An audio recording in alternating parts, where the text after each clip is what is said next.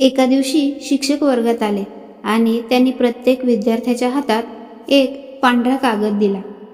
विद्यार्थ्यांनी तो कागद पाहिला तर त्यांच्या लक्षात आले की त्या कागदाच्या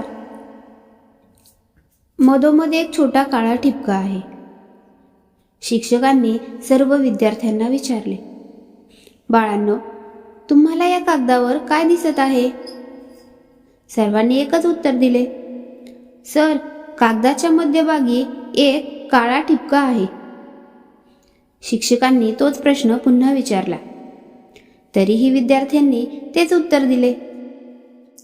अशा प्रकारे शिक्षकांनी 10-12 वेळा विचारले, पण प्रत्येक वेळी उत्तर तेच आले.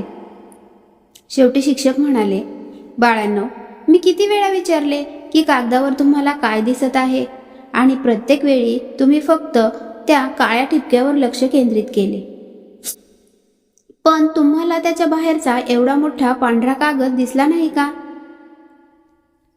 मित्रांनो, आपल्या आयुष्यात आपणही हेच करतो. भगवंताने आपल्याला सुंदर जीवन दिले आहे, पण कधी त्यात एखादी छोटी समस्या आली की आपण फक्त त्या समस्येवरच लक्ष केंद्रित करतो आणि बाकीच्या चांगल्या ज्या गोष्टी आहेत त्या सर्व विसरून जातो. मित्रांनो, तुम्हाला ही स्टोरी कशी वाटली कमेंटमध्ये नक्की सांगा. व्हिडिओला लाईक आणि चॅनलला सबस्क्राईब करा. धन्यवाद.